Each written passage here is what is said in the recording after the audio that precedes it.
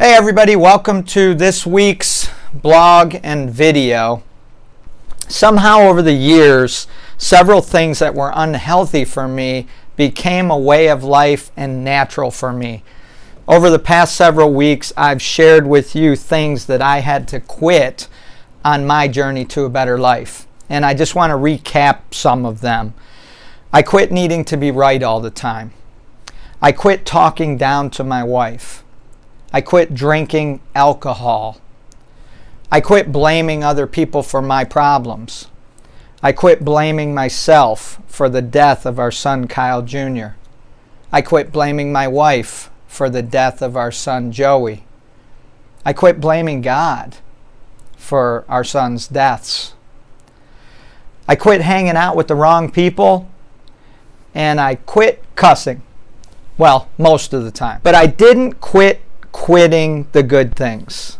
So back in 2003, when we first started this journey to a new and better life, there were a lot of things introduced to me that I didn't quit, and I want to give you some examples. When I first quit drinking, I wanted to quit quitting. I wanted to drink so bad because now I could feel everything. See, alcohol was my escape, and now I had no escape, but I didn't quit quitting. When we first started marriage counseling, my wife and I would have conversations about quitting, about giving up, but we didn't quit. When I had my heart attack in 2003 and I had to quit smoking, I wanted to quit quitting a lot. I wanted to smoke so bad I felt like I couldn't think about anything else. And I actually get to a place sometimes where you believe that this is the way it's going to be the rest of your life. But I didn't quit quitting. When I was told that I had some deep resentment and issues with my father and that I had to find a way to forgive him and let it go, I wanted to quit, but I didn't quit, and I found a way to forgive him. When I had someone tell me that it wasn't God that killed my son, and I decided to start asking questions and be a little more open to the possibility that he was right, there were times I wanted to quit, but I didn't quit.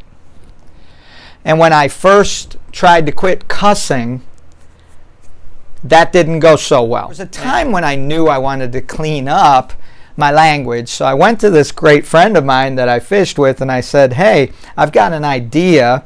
How about if when we get a snag, instead of cussing, we say, praise God?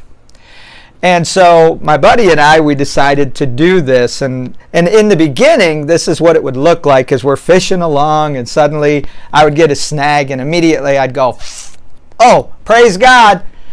And then my buddy at times would see that I would get a snag. So before anything could even come out of my mouth, he would just smile at me with this big smile and look at me and go, praise God, Kyle. And so then I would ease the boat over and get the snag. But here's what happened. What was unhealthy and had become natural in my life because I made a decision to not quit quitting, before you knew it, I would get a snag and I would say, praise God. And today, when I get a snag in my life, I say, praise God. Praise God that I've got a house to have issues with. Praise God that I got a family to have issues with. Praise God that I got a bank account with a little bit of money in it to have issues with. Praise God that I got a boat to have issues with. And the list goes on. The list goes on. Praise God that I've got a wife that sometimes I create an issue with her. There's so many things that I naturally say praise God for today.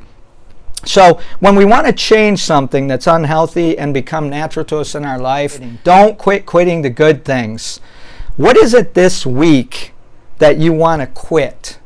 And once you make that decision to quit, don't quit quitting. I encourage you. Private message me.